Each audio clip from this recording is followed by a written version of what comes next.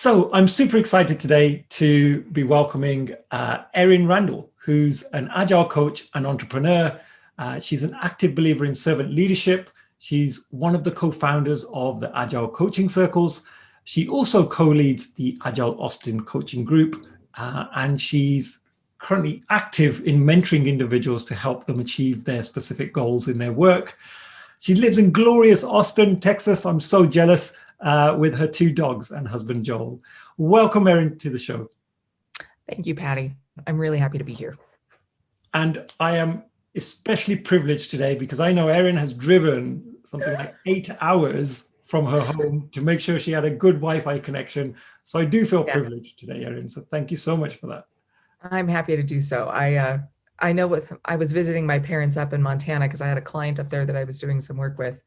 And I know that the Wi-Fi is very shoddy in rural Montana, and this was not the time to have it go out. So Colorado it was. Great, great. And I don't think I've ever been to Colorado. So yeah, like you're quite listening. It's quite lovely here. Big fan of it. I see you've got your scarf on and stuff. So is that an indication of the weather there, or is that just for fashion? No, it's because I know from experience that a good scarf can save a bad outfit, and it makes you look slightly put together. So a scarf is just my nod to please don't look below my neck. Gotcha. Thanks for clarifying that.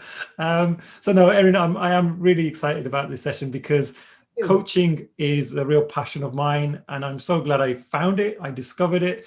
It's a big part of what I do. So I'm in awe of what you do because you do this for a living, a full-time living. So I'm really interested to know more about you. How did you end up in this role as a career, and what were those sort of steps that led up to that?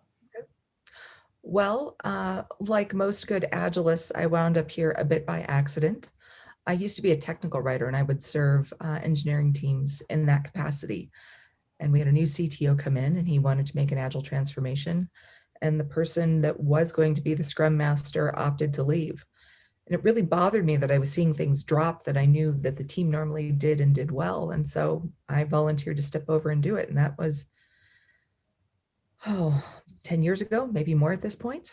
But the funny thing is that I found that I loved that work. And I started going deeper and deeper into it. And it was one of those things that, the more study I did and the more reflection I did on it, I wanted to be better at it. And I noticed that my reading habits were changing from, British mysteries and novels to, hey, let's go read about, what's Jeff Sutherland saying about this, or what are the behavioral dynamics, or, what's the organizational psychology of something. So I did what most other people would do at that point, I think. I started going to it was the IC Agile boot camps for, Agile coaching and Agile team facilitation. And then right after that, I turned that around and did what turned out to be the last GEM cohort that Lisa Atkins and David Chilcott offered. So I did that work and really just continued from there. I went ahead and I did a coactive coaching certification. I just finished that up, but I've also done the enterprise work at this point. And if you look at my training budget over the next year and a half, it's already spent, and I know where it's going next. So, wow, and so sounds like education is a big part of sort of building your expertise in this space and in this role. I guess for any other budding agile coaches out there, could you give some advice to them in terms of the type of learning to go for, where to start? Yeah, I'm happy to. I'm a big fan of education and experience both. Okay. So that means that I will do the education, but then I will double down if there's a cohort that is applicable and that I feel will be a good addition. I will oftentimes do that cohort work as well because it gives me a safe place to practice. But I also admit to being somewhat tenacious and fearless. And so just because I've just learned a new skill does not mean that I'm unwilling to try it on a team. I'm just upfront with them about it and say, hey, I'm practicing something here. What would it be like if we did this together? And then just give me feedback at the end. Got it. And you mentioned I see Agile as a core sort of learning pathway for you. I guess why did you choose that particular pathway versus perhaps some others out there? Was there any particular reason for that? Because I had read Lisa Adkins' book, Coaching Agile Teams, and at this point it's dog-eared and highlighted and underlined and written in. And I knew that work, she was associated with that side of things. Excuse me, she was associated with that side. And so that's the route that I did, but it was really that follow-on cohort with Lisa and David and Mike Edwards.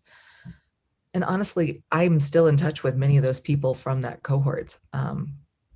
Yeah. In fact, a couple of them are within Agile Coaching Circles now as well. I mean, they're facilitators on that side. But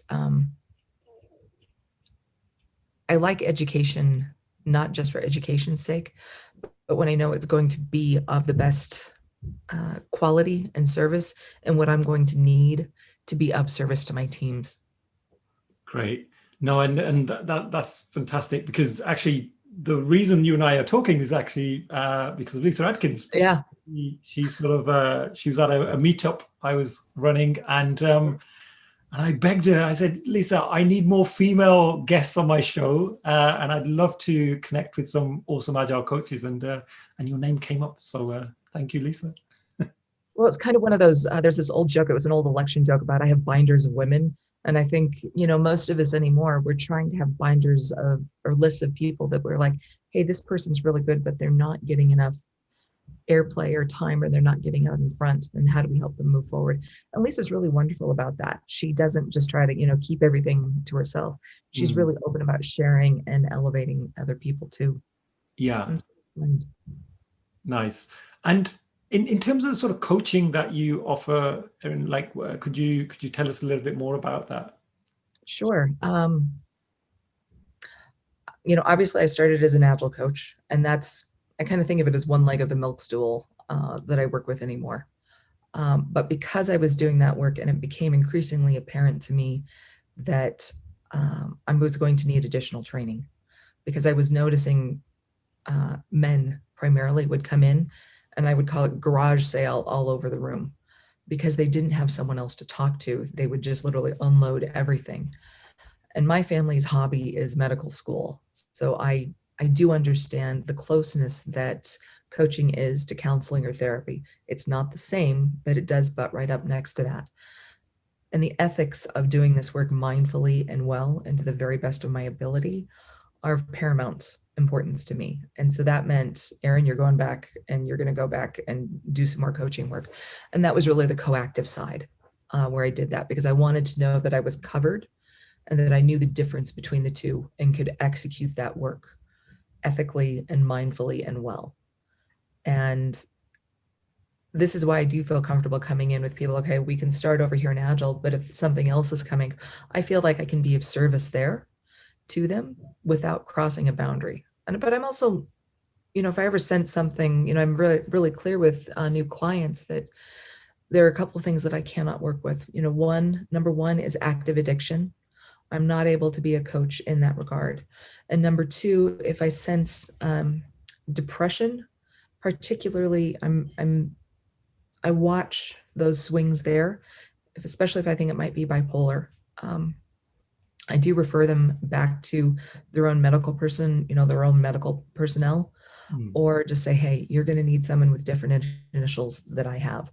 I'm happy to work with you in conjunction with your counselor or your therapist or your doctor, but I need to know that someone else is caring for you as well. No, that's a great point. And I think the ethics of coaching, that I absolutely agree that that's so important. And I know I've had colleagues in the past that perhaps don't fully appreciate or understand what coaching is versus therapy and some of these other specialisms. And people sometimes just club it all together to say, oh, you get a coach so you can offload your problems. And it's like, no. My job as a coach is to help you move forward. And yes, we might look at some of the things that had happened in the past, but it's really, how do you want to move forward from here? And I know a lot of really great counselors and psychiatrists, and they're there to help you with that regard. So for me, knowing, it was the additional education portion of that, and then the practice of it and bringing it home on the ethics side that make me feel comfortable where I've taken that stance and not like I'm crossing a boundary. Right. Yeah. And Erin, do you feel that your people are born as natural coaches, or do you think it's a skill that we learn? Well, I'm clearly a product of it is a skill that I've learned. People like to say, oh, you're a natural, or, you're something in this. Oh, of course you're going to do that. I'm of the school of hard knocks, experience, practice, humility. When something kicks, you're going to take the kick, learn from it, and get back up.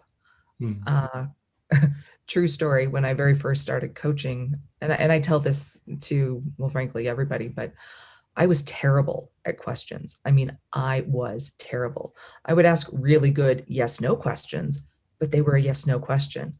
And so I had to learn to ask powerful, open-ended questions. And the way that I did that was practice, but I would flashcard myself with a deck of powerful questions. So it would retrain my brain for that. So yes, there might be elements of kind of a, natural fit for something, but, it's of the Angela Duckworth, Malcolm Gladwell, you're going to practice this skill until you're blue in the face. If this is what you want, I think Liz Gilbert called it, you're going to eat a crap sandwich for a while. And yeah, I'm willing to. I'm willing to practice and to go do this and to get feedback to continue to improve this work. Again, it goes back to Liz Gilbert, is it a hobby, job, vocation? And I feel that this is my vocation. This is my calling, because I see the effect that it has for people and organizations. And that means everything to me. And what has been some of the feedback? So some of the good news stories that you've seen. In fact, it was just last week, I was working with an individual who was reticent to begin with, but we'd done several sessions, and that individual's feedback was, you were put in my life for a reason. And it was said with tears in that person's eyes. And this was a person who had never tried this sort of thing, but had gradually opened up more and more. And we were able to get to a very different plane and how that person worked and operated and thought. I had one longtime client tell me that they had gotten further with me in a year than they had with over 10 years of seeing a therapist. I've had people make, and I'm going to try not to tear up here, they made huge changes in their life. They moved, they started a new adventure, they were able to adopt. And to know that I'm able to support people to make that kind of work possible, I'd do it all again in a heartbeat. Wow. Yeah. That's amazing. That's amazing. Just even observing the way you were telling those stories, I can tell there's a lot of emotion attached, and yeah, that's really moving. Yeah, nice. No, thank you for sharing that. And the other thing that sprung to mind there was, do you see a difference between, say, men and women in terms of utilizing coaching? And is there a difference? Does one gender embrace it more than the other, or is that too stereotypical of me to ask that question, do you think? I never thought about that. Is one gender more willing than the other to utilize coaching?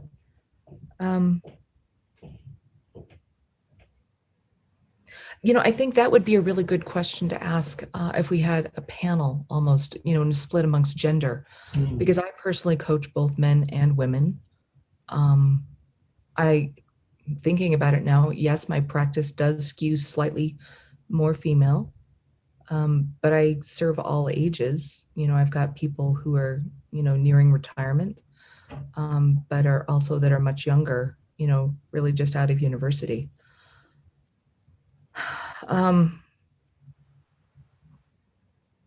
I don't know. I really don't know on that one. And now I want to find someone with a database to go crunch to find out what the answer is on that.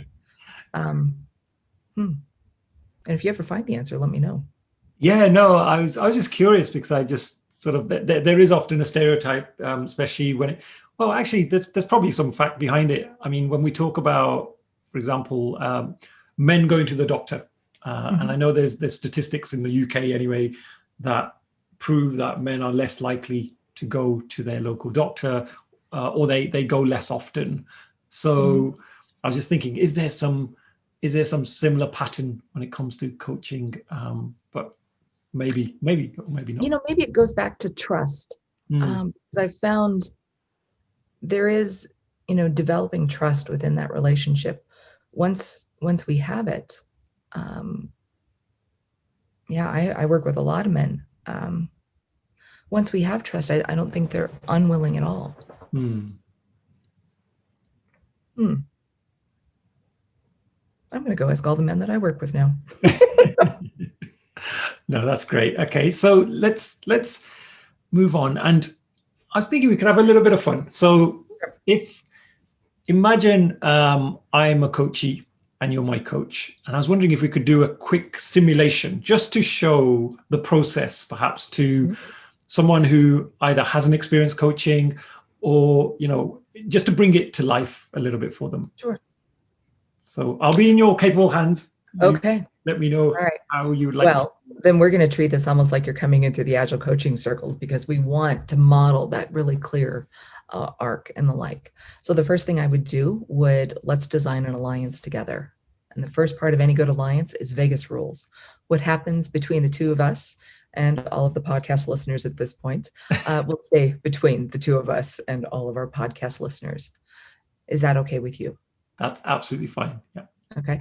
Number two, you're going to hear me ask a lot of big, powerful questions, but I'm also going to do things like challenge you, or perhaps use metaphor, or, acknowledge you or mirror something. So this is me asking permission of you to do things like that in service of our coaching work. That's absolutely fine. Okay. Yep. And number three, what do you need in this relationship? Oh, that's a good question. I think trust was probably quite key. So whatever I reveal, having trust. Certainly. And maybe some sincerity behind it, so it doesn't feel fake, even though I know we're simulating this. No, it's kind of, once I start doing an alliance, I almost lock in a different way. But my first question then for you is, what's important for you? What's your topic today?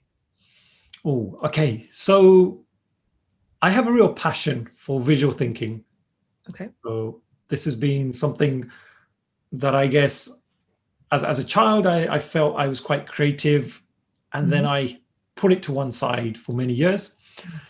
And I think through Agile and the Agile work that I've been doing over the last few years, I've rediscovered that passion. And what I would love to do is discover where I could take it going forward. Okay. How is visual thinking? How is that resonant for you? It's as in how does it why does it make me feel good?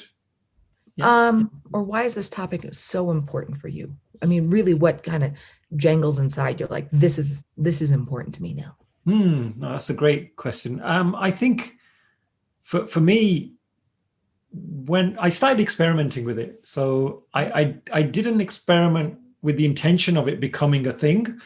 It was just by accident. And I learned a few doodles from a couple of books, and I started using it in my training with delegates. And I just got such a nice response, and a really positive response. And the feedback was so nice. And I just felt that there's something in this. And it was something I enjoyed. It was something that actually, when I'm practicing it, I think it gives me a lot of joy. So that's probably why. I suddenly have this image of that small child that you were putting, this visual thinking, this visual design to the side, but now all of a sudden you're bringing it back. What is that child trying to give you? Oh, I think it's almost to think openly and don't be restricted by anything. And so I think as a child, I had that mindset that anything was possible. I could do anything. I could do things with freedom. As I grew up, I think there were a lot of restrictions, a lot of constraints that I had to then adhere to and work within. I worked for big corporates, and I think, there was a lot of almost adhering to and complying with the rules within those corporates. So even things like, not to wear a tie into the office was seen as a big no-no. And that for me was like, what? And then I think what the visual thinking allows me to do, it allows me to think back to that time when I was that child where I had complete control. I could pretty much do whatever I want creatively. I was watching your body language when you were talking about that child. What was the child? And there's a lot of kind of bringing forth, bringing out. Yeah, right. What do you need to bring out that's inside? I think some of my personality.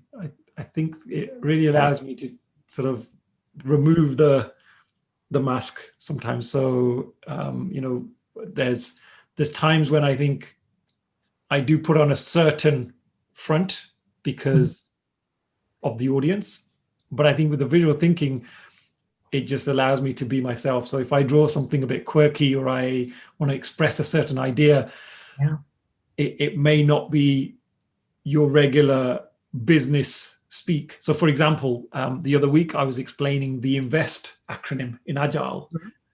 For stories. Yep. Yeah, the Bill Wake acronym for user stories. And I used a cup of tea as my analogy, a metaphor. Right. And so it was just totally unrelated to user stories. It wasn't really something that I think most people would relate to, but is my crazy mind thinking about, well, how could I bring this concept to life for someone who doesn't know it?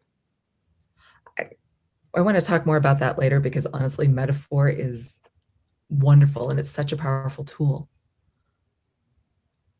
What do you want to give to people by bringing that inner self, the one that's hidden, out? I think it would help connect more with people. And what I found is actually through working in this remote environment with COVID and everything else, one of the challenges is how do we connect better with people in a remote setting? And I've found that even through something as simple as drawing visuals and talking them through with people, I'm able to connect with people much quicker than if I had perhaps put a PowerPoint slide on the screen or I was just talking things through without any visual aid. And suddenly seeing that PowerPoint, you're up there with your tie, you're like, oh, I'm Paddy, but suddenly when you're drawing cups of tea and quirky, and it's the side I see now that's coming forward. How can you share this with more people? That's a really good question. I think I've started opening up a little bit more about it now. But I think up until probably even three months ago, it was just something I had within me. And I was thinking about, well, what could I do with this? Where should I go with it? But then the one day I approached a good friend of mine, Grant Wright, who is another visual thinker. And I just said, look, hey, should we get together and set up a meetup on visual thinking? Not knowing what we were going to do with it, not even having any kind of plan. And him being as mad as me said, yes, let's do it. And we set this up, and it's called the Visual Jam. And so I think that was the first time when I really opened up about visual thinking, to think that it was something that was worth talking about to other people. And here comes the challenge portion. How can you amplify this? How can you make it even bigger? Wow. That's a great question. I mean, at the moment, Erin, what I see, even from that community within the Visual Jam, is we we haven't really promoted it in any way. It was supposed to be a local meetup in our local city, but because of COVID, it's a virtual remote session. And every meetup, it just gets bigger and bigger. So like the next one, which is next week, we had filled out our 100 spaces within 48 hours, and it's a free event. And so I had to upgrade my Zoom account. So now we have up to 500 people that can attend. And I think we're up to almost 300 registered people on there. But yeah, I'd love to take it bigger. Like how could we take it any bigger than that? Like, yeah. I'd love to see you step into this, because I see, you get more exacerbated and just, but I love seeing this in you. Thank you for bringing that forward. All right. So I'm going to kind of speed through the other side of the arc right there. What would accountability look like here? To take this forward and make it much bigger? Yeah. Wow. So I think for me, I would have to probably start to focus on the things that are really going to help, and almost deprioritize things that are either holding me back or going to get in the way. So as an example, I've had a few invitations for some speaking engagements, but a lot of those are on non-visual thinking topics, so on agile topics. And I think if I really want to expand this visual thinking side, I should start to prioritize visual thinking over some of these other focus. Yeah. Okay. So that's that side of it. Would a check-in help? Oh, tell me more about a check-in. In other words, I'm not going to pick up your monkey, but if this is something that's important to you, do you want to check in with me regarding, your focus on visual thinking? Okay. So almost like I'll commit to do this now, and then we'll talk. Bingo. Awesome. Exactly. That'll be really useful. All right. So I will make certain that you either have my email address or my WhatsApp, so that you can let me know how it's going and what the next step is. Superb. Thank you. That was a very rapid coaching arc. Normally I would have, more in the middle there about really exploring that topic and drawing that forward. But we did it really quickly here just to demonstrate that full side. Yeah, no. And I think, if obviously, because obviously you have to sort of break it down for someone that's listening. But I think if you hadn't mentioned that now we're going to this part or this part, as a coachee, it would have felt just so natural that, you're just almost guiding me along. Yeah. This is why we have those Agile Coaching Circles. This is why they exist, because what we were seeing is people need a safe place to go practice these skills. The only way you get great at something is you go practice and get feedback on what you were doing. Right. And, my friend Carrie Sudi and I, we'd been doing Agile Coaching Circles under Agile Austin for about 1.5 years. And then COVID went into play. And all of a sudden we're like, why do we have people from Tasmania in the coaching circle? And I literally remember, I'm like, oh, we need to have global coaching circles at different times. It's kind of like, how could I have missed the elephant in the room? I mean, it was right bloody there. And so I called a couple of friends, it was in fact one of the people that I did one of those very first boot camps with, Dino. I called up Dino and Jasper, who was in my Agile Coaching Expert cohort. That last one with Lisa Adkins. I called them. I'm like, you guys, does this idea have legs? And they're like, yeah, it does.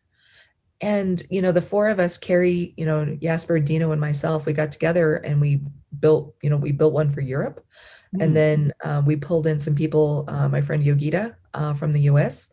And now we have 5 around the world, including Africa. That one, in fact, just met yesterday. And it's really wonderful to see so many people start to come in. Wow. And we have one in both, I was going to say Western, and I'm like, that's a new word. But we have one in Eastern Australia, New Zealand, and then one on the West Coast as well to help coming up that Asia side. But Dino is also about to get a Spanish language Agile Coaching Circle off the ground too. So that's really, to be of service to the community like that, that's a really good feeling. Because the only way we're going to get great, the only way is if we practice. Right. And there, yeah. And I guess there's only so much practice you can do with your dogs or your children, right? So yeah, the dogs, they're therapy for me more than anything, because they wind up going on a lot of hikes with me. Right. And have to listen to me, what is she listening to again? Oh, she's listening to On Being with Krista Tippett, or she's, I'm listening to Atomic Habits right now too. So yeah. Oh, good stuff. No, I'm really excited about the Agile Coaching Circles. I know there's one coming up, and you've given me the details for it. So I'm hoping to attend that one. So that would be really good. We hope to. Honestly, we can support as many people that want to come. And for us, we treat this as an Agile project ourselves. We do feedback sessions amongst one another after every single session. We ask for feedback from the people that attend. We try to be experimental. We're really open about it. And we're really good about, it's like, okay, we've got these things to do, and people kind of just slide in and, pick up different chunks. And it's been a really rewarding thing to be a part of. No, it sounds fantastic. And Erin, we'll put sort of details in the show notes as well, so people can find where to go if they're interested. In terms of who it's aimed at, would you say, it's primarily Agile coaches that are already? No, it's not. Okay. This is aimed at, frankly, anybody that wants to practice those Agile coaching and mentoring skills. So you can be a Scrum Master that is curious about coaching and wants to begin to develop that side. You could be an Agile coach that really wants to deepen and practice those skills to have them be more effective. You could be an Agile leader that, you've been hearing a lot about coaching and mentoring, and, you're supposed to be able to do this part too. And you really don't know, what's going on with that. We welcome anybody that wants to try those skills out and deepen them. We have what's called a main teaching or a demo room, where we might demo either Agile coaching or mentoring there. But we also give anybody who is more experienced, if you just want to come into the meetup, we will put you into a breakout room with either one person or, 2 people, depending on how many people we have. And you'll do practice, it's like you're just going to practice coaching or mentoring, whatever the other person, wants, and then you're going to switch. But we also have that person there for feedback. Wow. Okay. Fantastic. I'm really looking forward to it now. So I can't wait. It sounds really, really like a really great initiative. And I am actually surprised there's not more of this out there. So it's a great one for you to have discovered. We were really, because Carrie Sudi, she had just finished, and I'm extraordinarily proud of her, because she was the first person to go through the cohort to earn both the IC Agile expert in Agile coaching as well as enterprise coaching. Right. And so she was talking with IC Agile anyway, and IC Agile's like, yes, we would like to back this. So they're, recognizing this is a place to go practice this work, because we always have, one of the expert level coaches associated with every circle. So we know that, there are people there that can demo that quality of work, for it, and to help with feedback. So yeah. Got it. Fantastic. Okay, so let's quickly move on to some of your entrepreneurial side. I know you've recently sort of expanded your own sort of offering. So yeah, I'd love to hear more about that.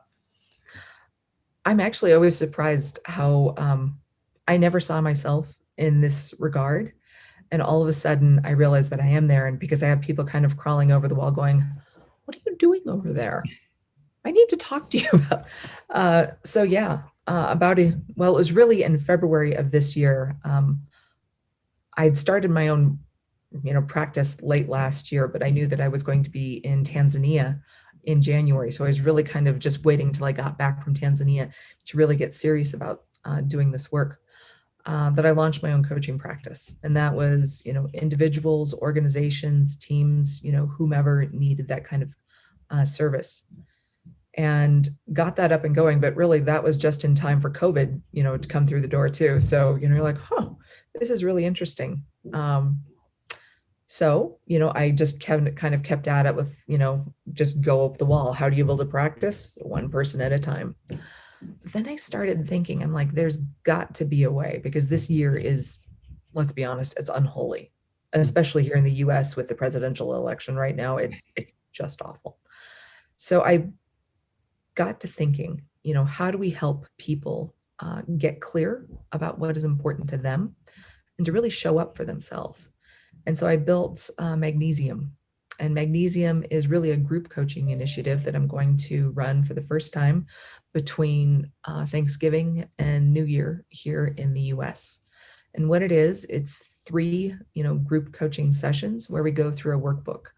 And that is, how do you reflect and release on this year? Because as much pain as there has been, there is still good to be had.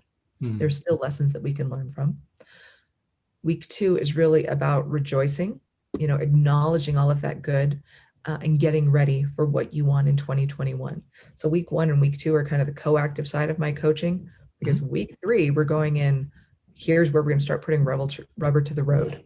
All right. What are the 3 big goals that you want to accomplish in 2021? What is the question that you want to work to answer with your life this year? What are the 5 ways that you want to be in this year? And spoiler alert, people are going to learn about Kanban boards. And so I know not everybody doing this work is an Agile coach. So there are going to be some people for whom this is completely new. But leaning into that side of transparency, inspection, adaptation, really bringing that in and helping people to understand how breaking down work and then start moving it through a system. And you were talking about focus. We're going to choke the system too. Not too much work is going to come in at one time. Right. But I was really lucky. I had Rob Brodell. He is an amazing product manager, and he's been so helpful with me on, number one, helping me to treat this like a real product. Erin, what's your mission? What's your vision for this? Think about my audience. He and I sat down and talked about it. He's like, let's think about this a little bit differently too. How do you want to bring this then into 2021? And so there's a follow-on accountability piece, which is where it's quarterly check-ins, but putting people in a Slack instance and really having a place to monitor. And I'm not using monitor in the oversight, but what is interesting to people? Are there a lot of people out there who are interested in finding a new job? Are there a lot of people who would really want to make health changes? So what resources can I help to provide there to amplify what they're trying to get done?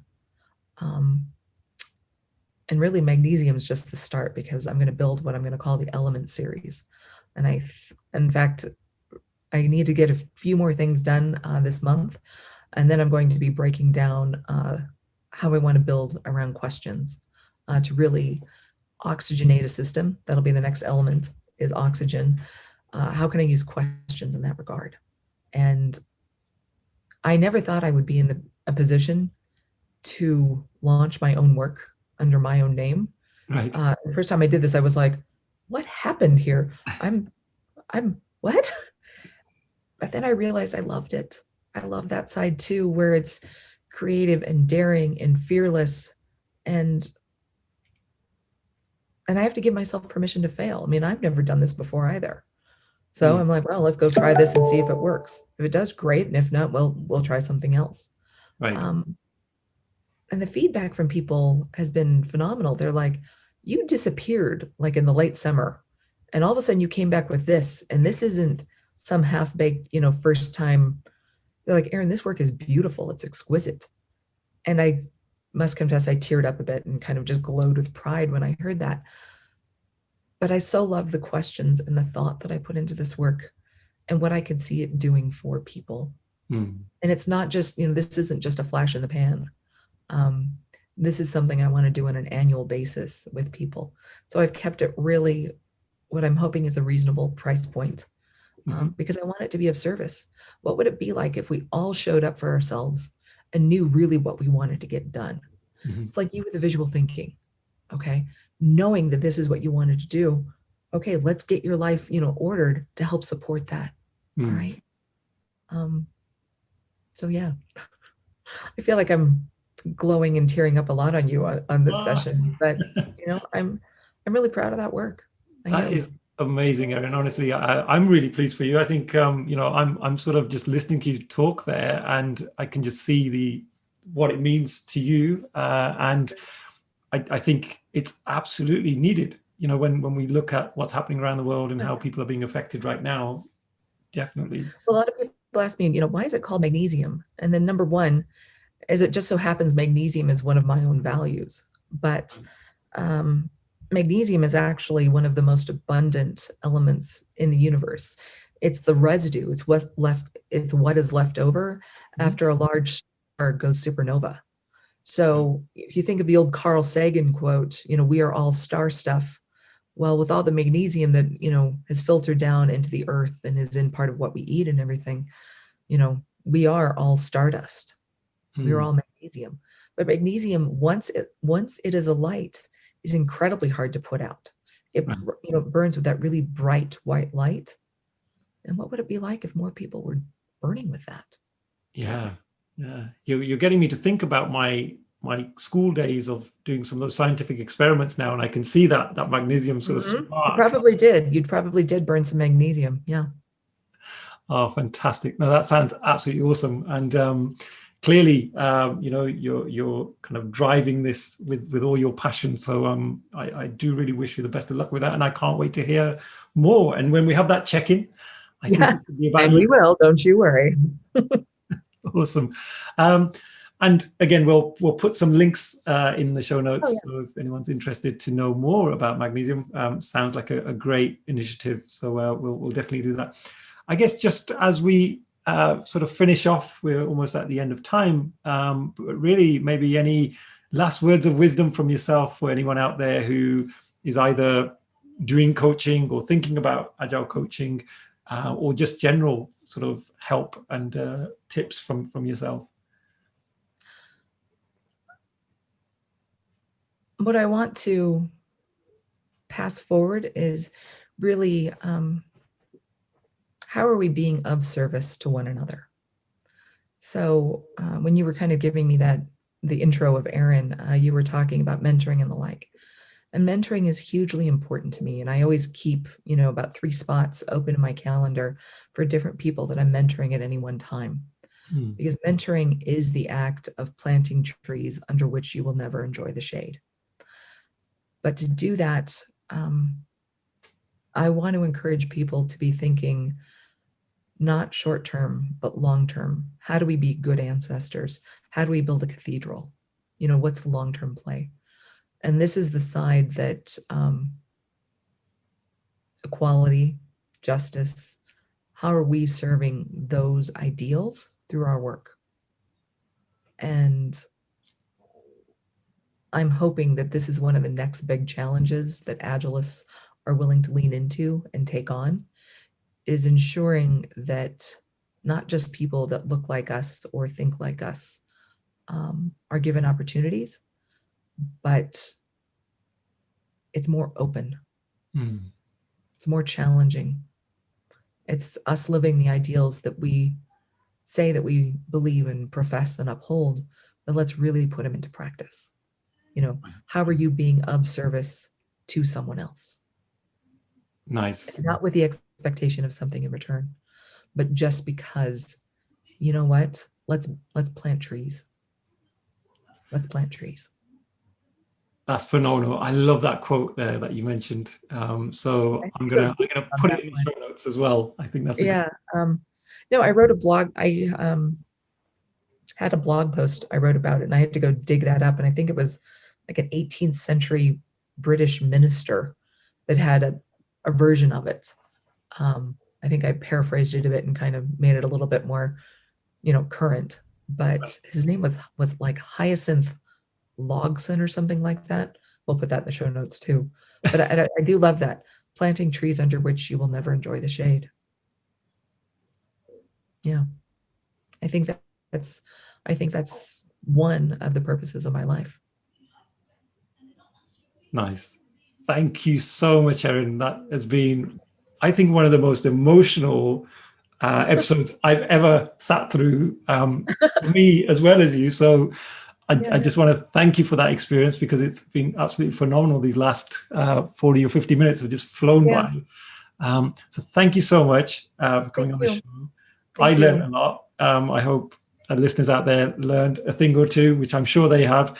And yeah, and I'm really looking forward to collaborating with you. Looking forward to our check-in as well. Me too.